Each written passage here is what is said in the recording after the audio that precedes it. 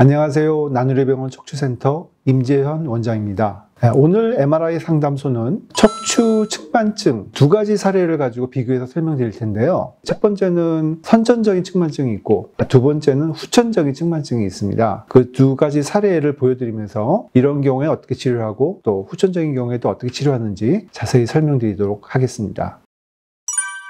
자, 먼저 첫 번째 사례, 20세 젊은 여학생인데요. 비교적 어렸을 때 청소년기부터 측만증을 진단을 받아오다가 계속 좀 진행이 돼서 수술을 하게 되는 경우입니다. 정면에서 보면 어깨, 골반이 있는데 그 사이에 있는 척추뼈가 지렁이처럼 많이 휘어져 있는 걸 보여주실 거예요. 이런 경우 척추가 올라가면서 휘어지기도 하지만 이렇게 척추가 휘면서 휘는 경우가 이제 선천적 측만증의 특징적인 소견이기도 하고요. 자, 이럴 경우에는 저희가 이렇게 나사를 쭉 박아서 긴 쇠 막대기에 연결해서 척추를 바로 펴는 이런 수술을 하게 됩니다. 자, 이게 이렇게 되면 척추가 잘 펴지게 되는데 이 특징적인 거는 척추뼈 사이에 이 디스크라고 하는 물렁뼈가 있는데 디스크는 비교적 건강한 상태를 잘 유지하고 있기 때문에 이렇게 뒤에서 나사만 가지고도 휘어진 척추를 잘 펼 수 있게 됩니다.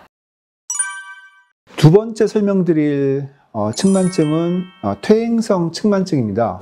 이 환자분은 멀리 카자흐스탄에서 오신 분인데 허리에 힘이 없어져가지고 이렇게 무너지거나 힘이 없어서 잘 못 걷는 그런 경우가 생기기도 합니다. 골반이 이렇게 있고 골반 위로 척추뼈가 바로 서 있어야 되는데 이렇게 휘어져 있는 상태를 보이고 있고요. 후천적 측만증은 이 척추뼈가 무너지면서 디스크 간격이 좁아지는, 즉 허리 디스크도 같이 망가지는 형태의 측만증 상태를 보이게 됩니다. 요 네모난 게 척추뼈고요. 뼈 사이에 디스크라고 하는 물렁뼈가 있거든요. 그런데 보시다시피 정상적인 간격이 유지가 안 되고 굉장히 다 이렇게 좁아져 있죠. 그래서 이 디스크 간격이 무너지는 이런 형태를 같이 동반하는 것이 퇴행성 측만증의 특징이라고 볼 수가 있고, 이런 경우에 심하면 이 척추뼈 안에 신경이 지나가는 척추관이 있는데 이 관도 좁아지면서 신경이 눌리게 되는 그런 문제가 같이 올 수가 있게 됩니다.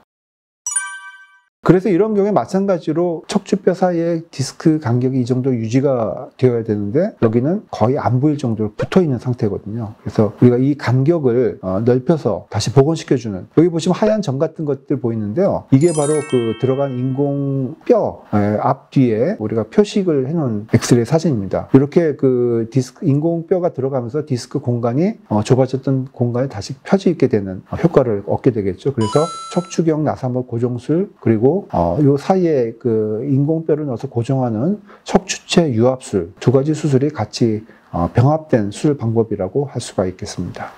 이 수술 후에 보시면 이 간격이 이런 높이가 이때 비해서 굉장히 높아진 걸 볼 수가 있죠. 여기도 마찬가지로 이렇게 좁아져 있던 부분이 굉장히 넓어지게 됩니다. 그래서 이 척추뼈가 휘어진 거를 바로 잡는 그런 효과도 있고, 그 무너진 디스크를 다시 복원하는 그런 효과도 있는 두 가지 효과를 가질 수 있는 수술 방법이 되겠습니다.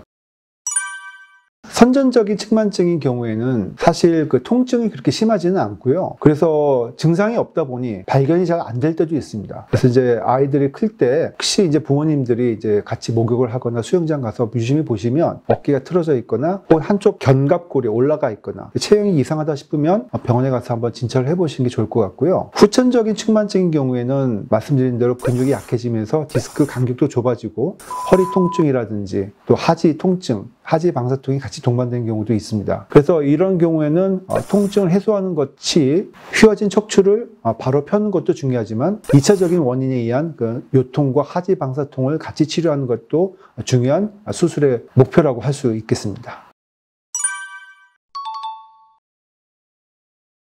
선천적 측만증은 보통 이제 아주 어렸을 때 시작이 돼서 청소년기에 진행이 되다가 보통 20대 후반이 되면 이게 몸이 굳어버리게 됩니다. 그래서 20대 후반이나 30대가 넘어가게 되면 이 휘어진 척추를 사실 외과적인 방법으로 다시 펴기가 굉장히 어렵습니다. 그래서 척추가 완전히 굳기 전인 10대 후반이나 20대 초반이 이런 수술적 치료의 적기라고 할 수가 있겠고요. 반대로 이제 후천적 측만증은 사실 병이 계속 진행이 되는 상황이기 때문에 어떤 그 통증이나 그 증상들이 나타났을 때 바로 수술을 하는 경우도 있지만 보통 약물 치료나 주사 치료나 이런 보존적 치료를 하게 됩니다. 그리고 이제 운동 치료를 잘 하시게 되면 보통 더 이상 진행이 안 되고 병이 안정이 되는 경우도 있습니다. 하지만 이런 사례처럼 이처럼 척추 근육이 너무 약해져가지고 그 재활치료가 잘 안 됐다든지 이런 경우에는 병이 계속 진행을 하기 때문에 어떤 요통이나 또 하지 통증이 나타날 경우 수술을 하는 것이 좋겠습니다.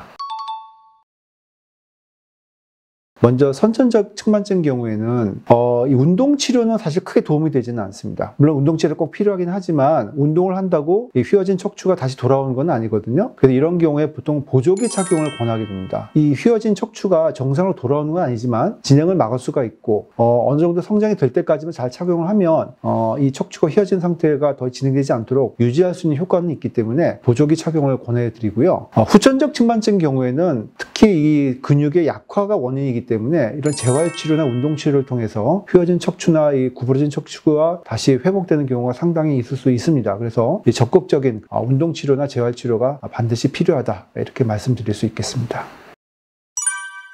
네, 오늘 MRI 상담소에서는 척추 측만증의 두 가지 사례, 선천적인 경우와 후천적 경우를 나눠서 치료했던 그 환자 사례를 자세히 설명드렸습니다.